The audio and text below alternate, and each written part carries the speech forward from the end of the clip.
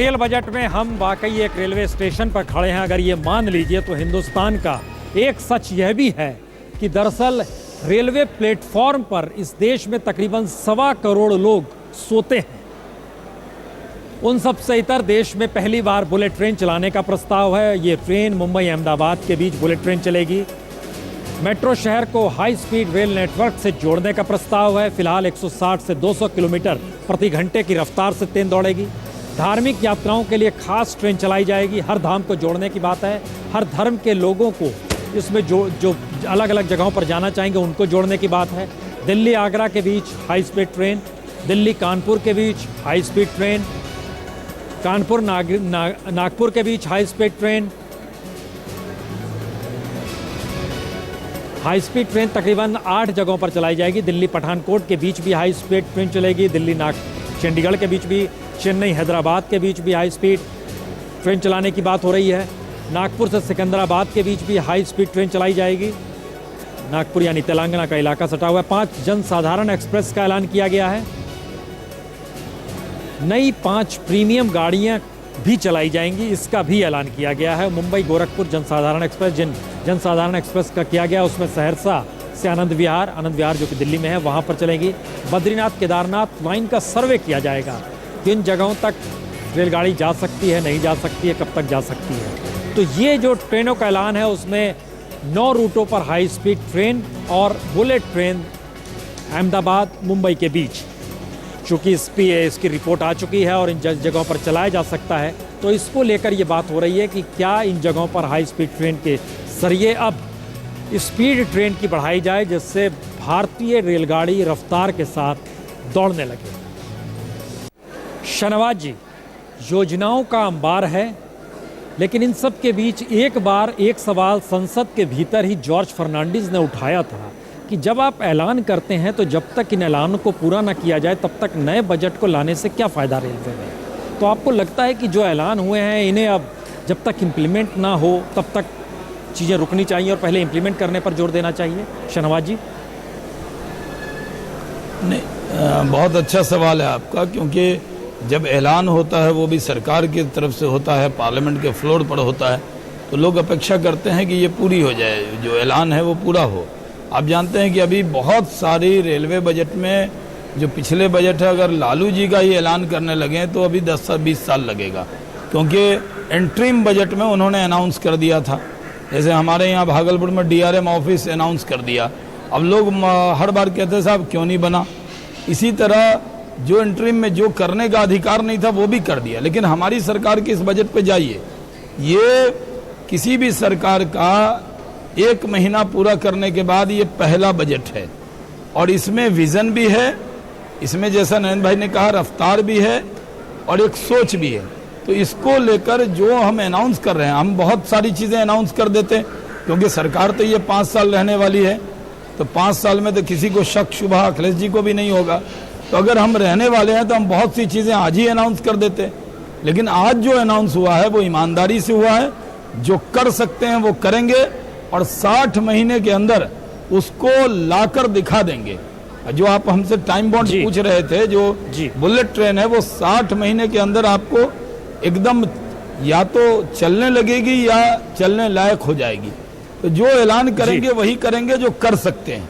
ये लोक लुभावन बातें नहीं कर रहे हैं, बल्कि हमने कहा कि रेलवे का रिकंस्ट्रक्शन कर रहे हैं। और आपने एक बहुत बड़ी बात कही कि 1.25 करोड़ लोग, कई मुल्क की जो आबादी है उतनी आबादी हमारे यहाँ स्टेशन पर सोती है।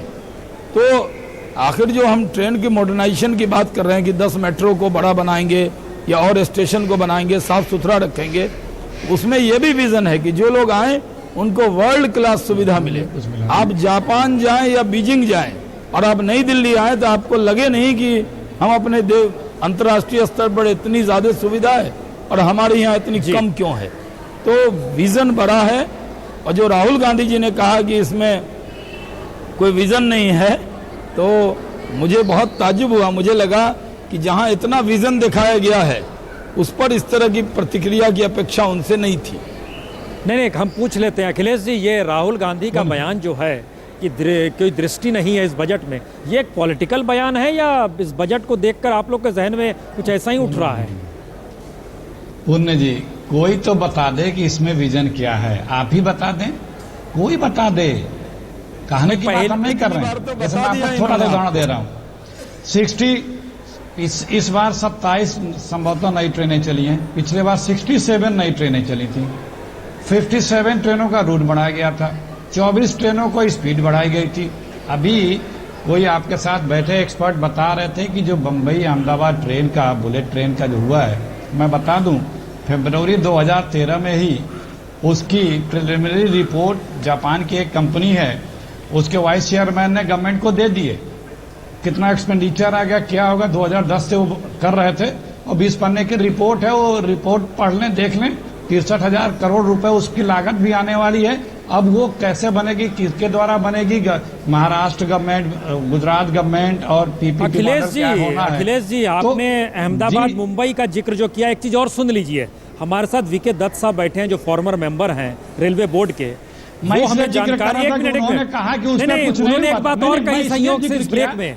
हम आपकी जानकारी के लिए एक चीज और जोड़ रहे हैं। ये कहा कि नहीं, आप ठीक कह रहे हैं, डीपीआर पहले से तैयार थी। ट्रेन पे नहीं, उन्होंने कहा कि नहीं, इस पे कोई कदम आगे नहीं बढ़े। एग्जैक्टली, आप सही कह रहे हैं। हम इसी बात को जरा सा आगे बढ़ा के शहनवाज जी से जवाब पूछना चाह रहे थे।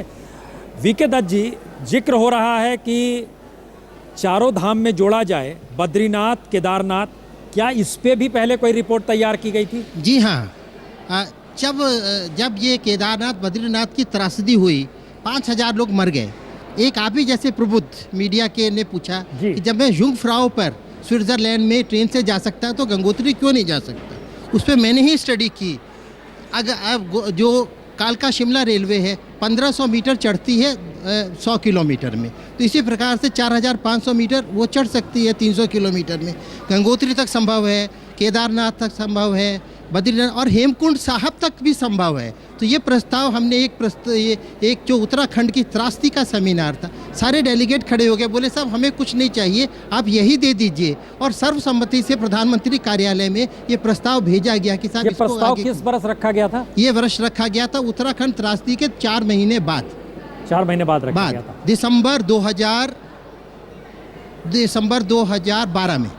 दिसंबर 2012 त्रासदी हुई जून 2012 में, में, और दिसंबर 2012 में ये school of environmental studies Delhi विश्वविद्यालय में सेमिनार हुआ था। सभी तरह के व्यक्ति आए थे। मेरा रेलवे का पेपर था। सभी डेलीगेट ने कहा 16 जून 2013 को उत्तराखंड 100 मीटर सड़क मत बनाइए, आप पहाड़ को मत काटिए, पहाड़ की पगडंडी में इसको बना दीजिए। दूसरी बात में इससे जुड़ी बात है, प्रस्ताव की बात कर रहे हैं। अखिलेश जी से ये पूछिए, बुलेट ट्रेन की पहली बार बात कब हुई थी? राजीव गांधी ने की थी 1987 में, और राजीव गांधी के बाद राजीव गांधी की पूरी सरकार थी, नरसिम्हा राव की सरकार थी, सोनिया गांधी की 10 साल सरकार रही है। तो अगर प्रस्ताव पे इतना इनको खेलना है तो इनसे पूछिए क्यों नहीं कांग्रेस ये कर पाई? तो सवाल ये है कि अब नई सरकार अगर कर रही है तो उसको बिना विजन का तो नहीं बोलना चाहिए, क्योंकि ये विजन की बात बुलेट ट्रेन की तो राजीव गांधी के समय से चल रही है। तो क्या इस पर सवाल उनसे पूछिए। अखिलेश जी, मैं अभी जवाब दे रहा हूँ। देखिए, कम से कम आपने अपनी गलती कबूली तो, कि जो आपने छुपा कर रखा था कि सर्वे नहीं हुआ। एक चीज देख लीजिए, फिजिबिलिटी सबसे बड़ी चीज होती है।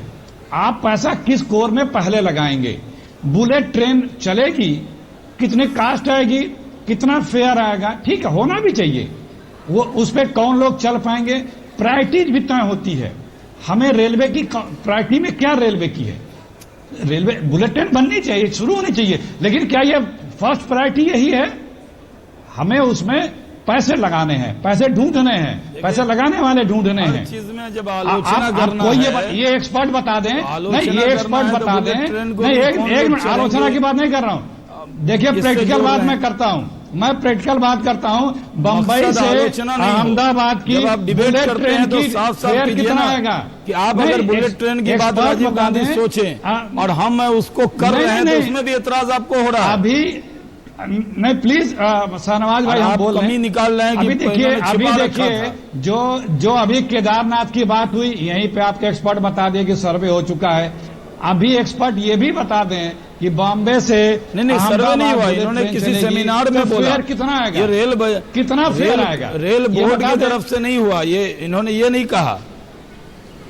एक मिनट, दत्त साहब, इन्होंने ये सेमिनार आपने में एक बोला, ये सेमिनार कहा, के- रेल एक बजट मिनट हम में क्लियर जिक्र कर नहीं लेते हुआ। हैं जरा क्या स्थिति थी। कर्णप्रयाग तक की जो बात थी सिर्फ एक प्रस्ताव दिया गया था। देखिए, कर्णप्रयाग तक तो बड़ी लाइन का सर्वे हो गया था और उसका आधा प्रोजेक्ट सैंक्शन भी। मेरा कहना है कि अगर आपको पहाड़ों में जाना है तो बड़ी लाइन लेकर नहीं जा सकते। नहीं वो नैरो गैज ही लेके आपको जाना है, नैरो लेकिन गेज ये के लिए सर्वे कब हो गया था पूरा? नहीं, सर्वे तो होगा। कर्णप्रयाग तक का भी? ये नहीं, कर्णप्रयाग तक का सर्वे हो चुका। कर्णप्रयाग बड़ी तक का लाइन सर्वे हो चुका है। ऋषिकेश का कर्णप्रयाग तक निकलना विस्तार का है। सर्वे हो चुका, प्रोजेक्ट सैंक्शन भी हो चुका। हम बात कर रहे हैं बद्रीनाथ धाम तक, केदारनाथ धाम तक, गंगोत्री धाम तक आप जाने की। लाख डूब डालें। हम एक चीज, शहनवाज जी एक बात बता, शहनवाज जी एक चीज निकल कर आ रही है कि प्रधानमंत्री ने तमाम मंत्रालयों के सेक्रेटरीज को बुलाया, बातचीत की। हम लोग जितना समझ पा रहे हैं उसमें एक चीज तो बहुत पारदर्शी नजर आती है कि सेक्रेटरी से यह जरूर पूछा गया होगा वो कौन कौन सी योजनाएं आपके मंत्रालय में अटकी हुई है जिसको हम लोग पूरा कर सकते हैं, और उस दिशा में बजट में उसको स्पेस दिया गया है। क्या इससे तो इनकार नहीं हो सकता है ना कि वो निकाली गई रिपोर्ट और उसको इम्प्लीमेंट हम करेंगे? देखिए, ये जो रेलवे है, नरेंद्र भाई की सोच रेलवे के प्रति शुरू से आपने भी कहा कि भाषणों में भी बोलते रहे, वो रेलवे को विकास में जीडीपी में बहुत कंट्रीब्यूट कर सकता है रेलवे। तो जो बहुत सारे प्रोजेक्ट हैं, देखिए जब बुलेट ट्रेन का ही है तो राजीव गांधी जी ने बोला था, वाजपेयी जी के सरकार में दिग्विजय सिंह रेल मिनिस्टर के राज्य मंत्री थे, वो इस बुलेट ट्रेन कॉन्सेप्ट को देखने के लिए गए भी थे, वो बातें थी। लेकिन आज नरेंद्र मोदी जी आए हैं तो उसको ज़मीन पर लेकर आए हैं, उस परियोजना को आज बजट में अनाउंस किया है। तो हमारा कहना है कि जो इंटरिम बजट होता है या जो आज का बजट है, आज का हम इंटरिम नहीं कह सकते, लेकिन ये एक नींव रखी गई है।